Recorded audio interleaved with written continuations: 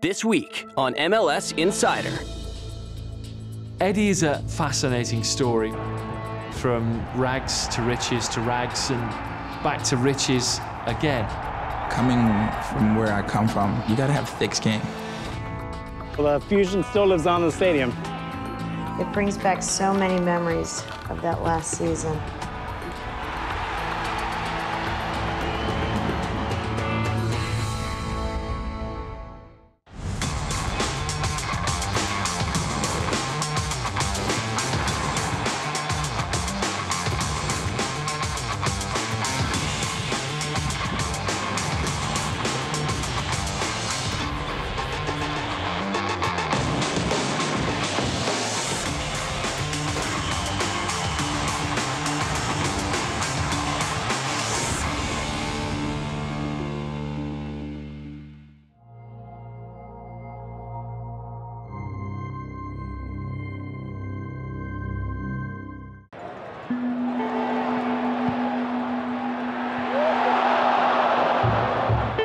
You know, sometimes in life you gotta experience the down times when things aren't going well, having to fail and rise again to really understand who you really are, you know, as a player and as a person. Eddie is a fascinating story. From rags and back to riches again. Coming from where I come from, you gotta have thick skin. And it's a survival of the fittest. In Bunnell, Florida, what you see is a bunch of kids who grow up in unstable environments, who have no way out. You know, either dropped out of school too early or never had parents that were involved in their lives. You look up to the drug dealers that get the fast money on the streets and have the big gold chains and the nice cars on rims, and you know, those are the guys, you know, that we idolize and we want to be like. But in my case, you know, I was very fortunate to have a mom that was very strict, who was my mom and my dad. She always told us, you know, I'm your mom and your daddy. Growing up, he was a good kid. I never had any problems, not in school, not at home.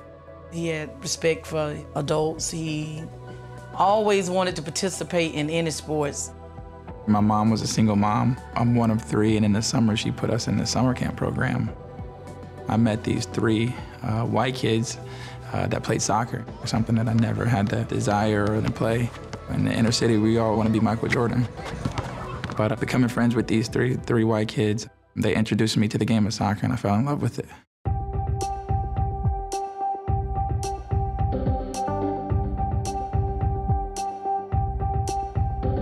He came home from summer camp and he was like, "Ma, it's this competitive team and these boys want me to play competitive soccer." And I was like, "Oh, I really don't have like the money." And Bob came to me and he was like, "Miss Johnson, just don't worry about it." Travel soccer is really expensive. Getting the new uniforms every year, you gotta pay to go to different tournaments across Florida, and they were able to pay for everything for me. So they kind of brought me in as a second son. Once he joined our team, we would go on trips, and yep, it would be my parents in one bed and me and him in the other bed. The biggest challenge was being courageous enough to go, because it can be intimidating, you know. I mean, he was the only African-American on our team, played against very few, so he was an outsider in another world. He ran into a lot of problems with a lot of the parents once he made the team, saying, how could he afford to play soccer, and I was on welfare.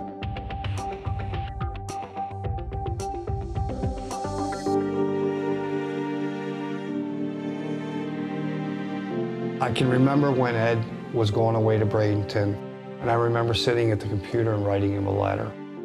I told him what hopes I had for him, what hopes his community had for him, to do his best, to stick with it, how proud I was. And I truly considered you like a son to me.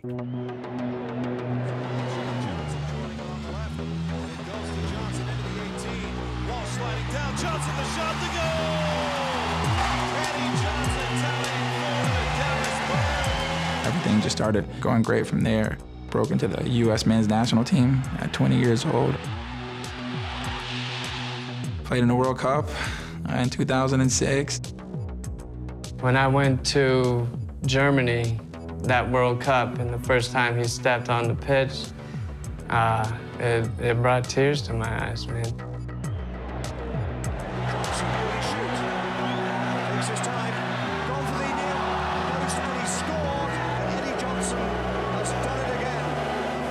Here's a guy who's tearing it up in MLS. He's scoring goals for the US national team when he's going to World Cups.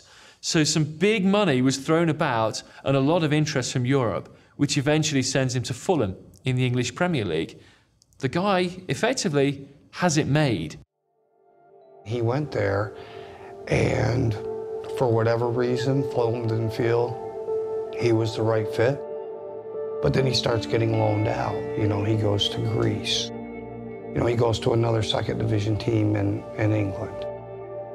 Here I am coming from the MLS to go play in the Premiership. You know, it's the biggest league in the world. Everyone wants to get the Premiership. And then now the manager's saying, no, we want you to go down a league because we don't think you're ready.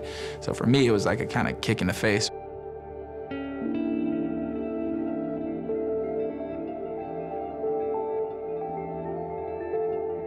I played in the 2006 World Cup and not having an opportunity to play in a second, that was devastating.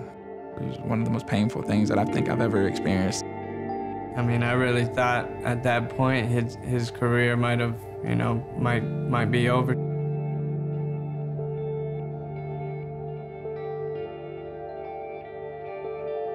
The pressure for Eddie Johnson to succeed again was immense. He had to come back and prove himself all over again. You know, I think I've always had pressure. I was like, all right, you know, I'm gonna put my head down, I'm gonna go to Seattle, and I'm gonna show them that, you know, this is what I can do. Let's try to do just that towards Eddie Johnson. In he comes, scores more goals than any other Sounder has scored in MLS history. Rosales switches it to the right foot, to the back post, Eddie Johnson! He was lost, and now he's found, and Eddie Johnson's rebirth continues.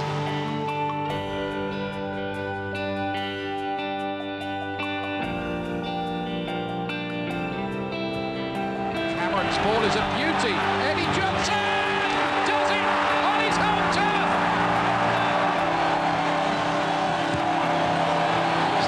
Piece.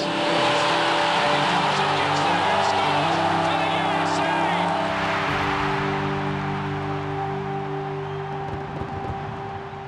We have a lot of different American players playing this game because it's a melting pot. Yeah, right. But we really don't have that many inner city kids playing the game. But that's where you're going to find the drive and the ambition to succeed. And with Eddie, he's always out there at his full emotional level. He wants to prove himself. He's out to prove things. But I think that goes back to the environment that he grew up with. You either stick up for yourself or you're in trouble. Born and raised, he come out the project, so, you know, what could you expect?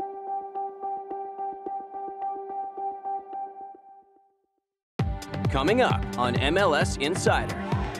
It was that football that we see Barcelona play now. Death by 100,000 passes.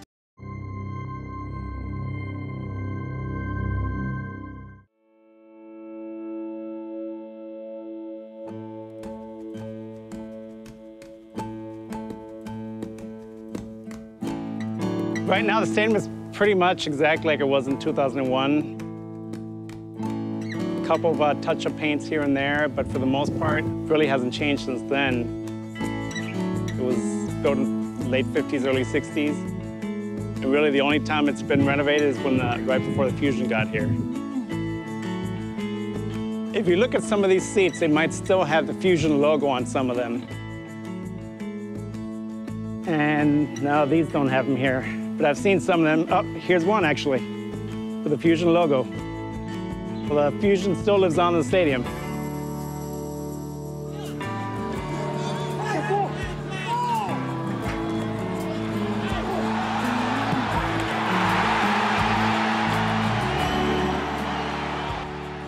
I'm looking at this It's like looking at your high school yearbook, the 2001 Fusion Media Guide, and I even wrote little W's, L's, and T's on all the games here. Here I am, soccer writer Michelle Kaufman. So yeah, I mean, just going back through this book, it brings back so many memories of that last season.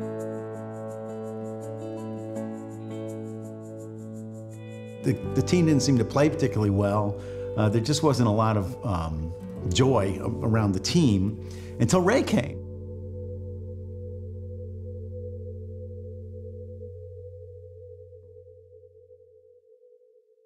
I think that when Ray came, that really is what changed everything.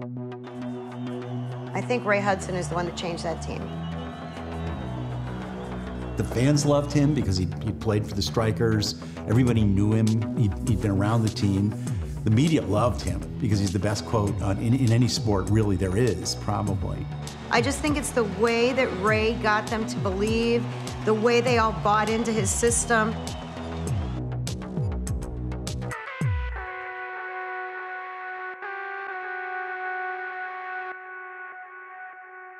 It wasn't as much as that they were the greatest congregation of talent. It was the way they played their football. I think it was the most expressive, exciting, entertaining football that certainly had been seen to that point, and arguably as entertaining as anything has been produced since then. They were wonderful. It started with Nicky. Nicky was a kid, Ramondo, and I'm picking the goalkeeper out, and I usually hate goalkeepers because they're not real players, they're goalkeepers. But Nicky was so wonderful with his feet that he would start the movement with this lethal sidewinder counter-attack that he could pick out forwards over the top of the defence. He had it all. He was one that really I owe my career to. He took a chance on me. He gave me the confidence to play in this league. We had Ivan McKinley, who had a Stradivarius for a left foot, cultivated left foot. It was just so complementary. The passing football and the ruthlessness inside of the box with Chacon and, of course, Cerna.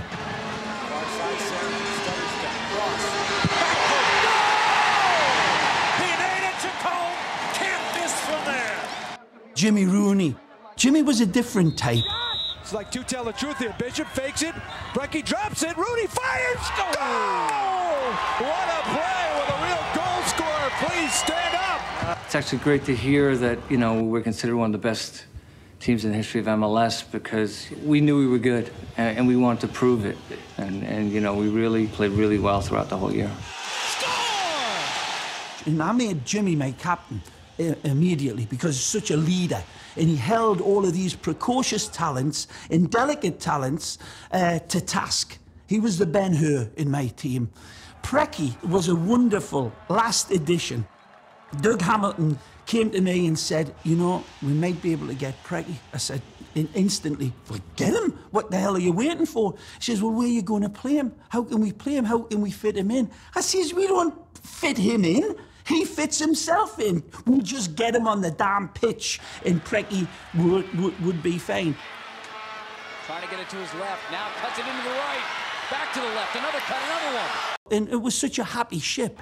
It was just such a happy, happy ship. Shoot, and he finishes it. He was always encouraging, always like, I remember one game, this is actually the first start I played against DC, and I was playing on the wing, and I would just constantly hear him lying about the time. He's like, come on, lad, keep going, there's 5 minutes left. And I'd look up and there's 15 minutes left. And then, you know, another 5 minutes, he'd say, come on, lad, there's only 2 minutes left. It wasn't as much as if it was in a framework of a tactical formation. It was that football that we see Barcelona play now. It was predicated around strangling the opponents with possession. Death by 100,000 passes. As a team, we would count 1, 2, 3, 4, 5, 6. Go! I remember the fan base just swelling and building, and that's why it kind of killed me that just when it was at the top,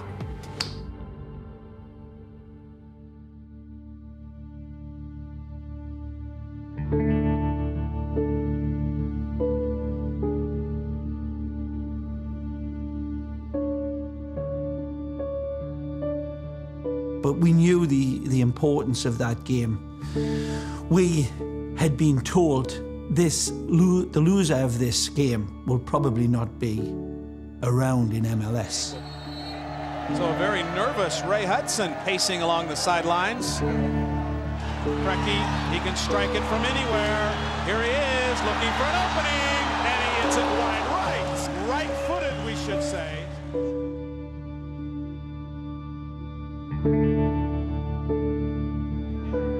In the box, driving it out front.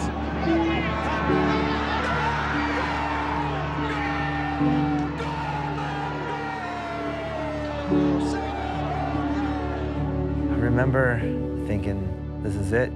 We're supposed to win everything. We're the best team in the league. We've proven it on the stats. We've proven it on our record. We can't let this happen.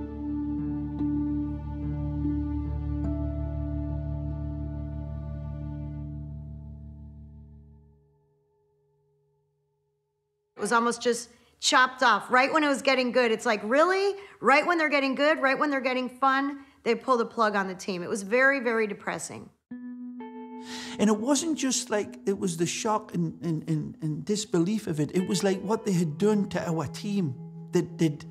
This wonderful spider's web had been constructed so delicately and intricately, and it was just ripped down, and it was done. It was finished. And it was heartbreaking for us as a group. Because some amazing memories, oh man, some amazing memories.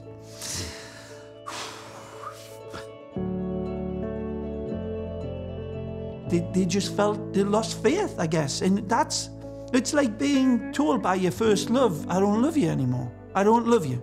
You know, there's somebody else.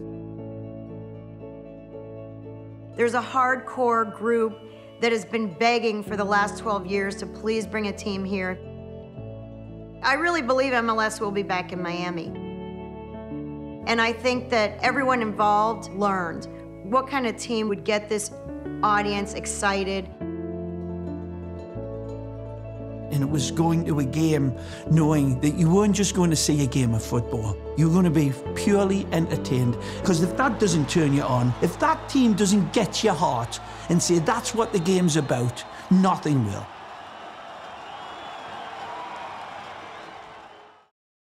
Coming up on MLS Insider. Welcome to MLS Storytime Theater.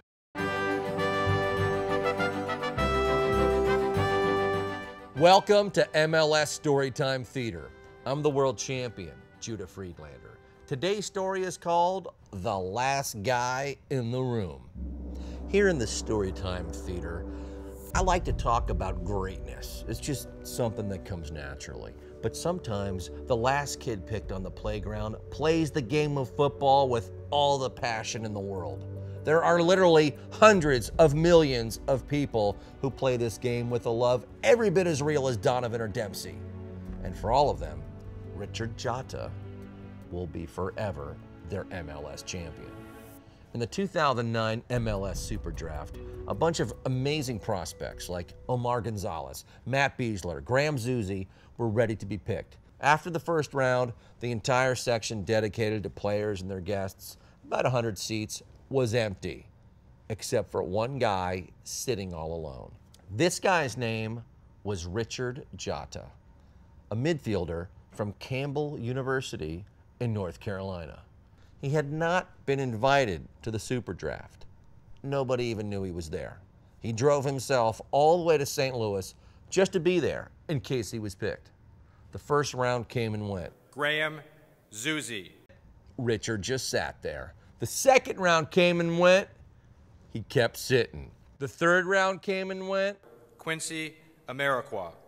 He was getting really comfortable in his chair. And then in the fourth and final round, with the third to the last pick, the Chicago Fire were up. From Campbell University, midfielder Richard Jota. When he heard his name, Jota went right up to give a speech. Nobody who was the third to the last pick in any sport ever gave a speech before. I don't really know what to say right now. I just say thank you for everyone that just stayed around and waited to see me get drafted.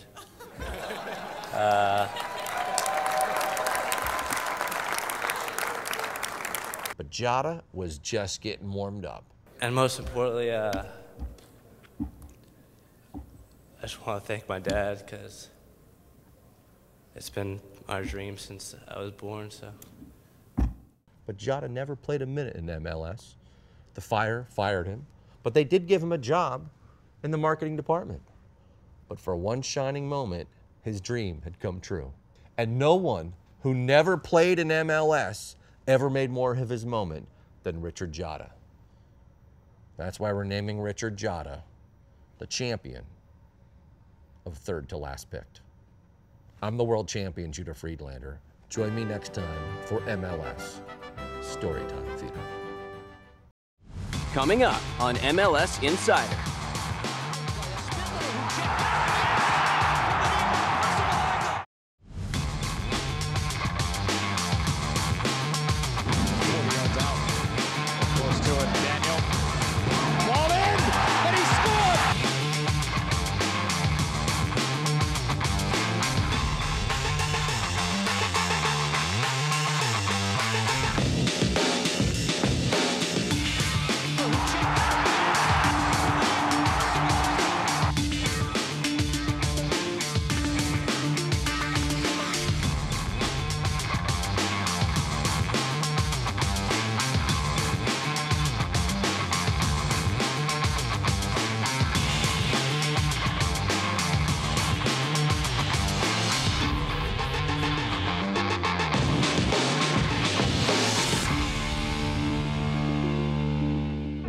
On the next MLS Insider.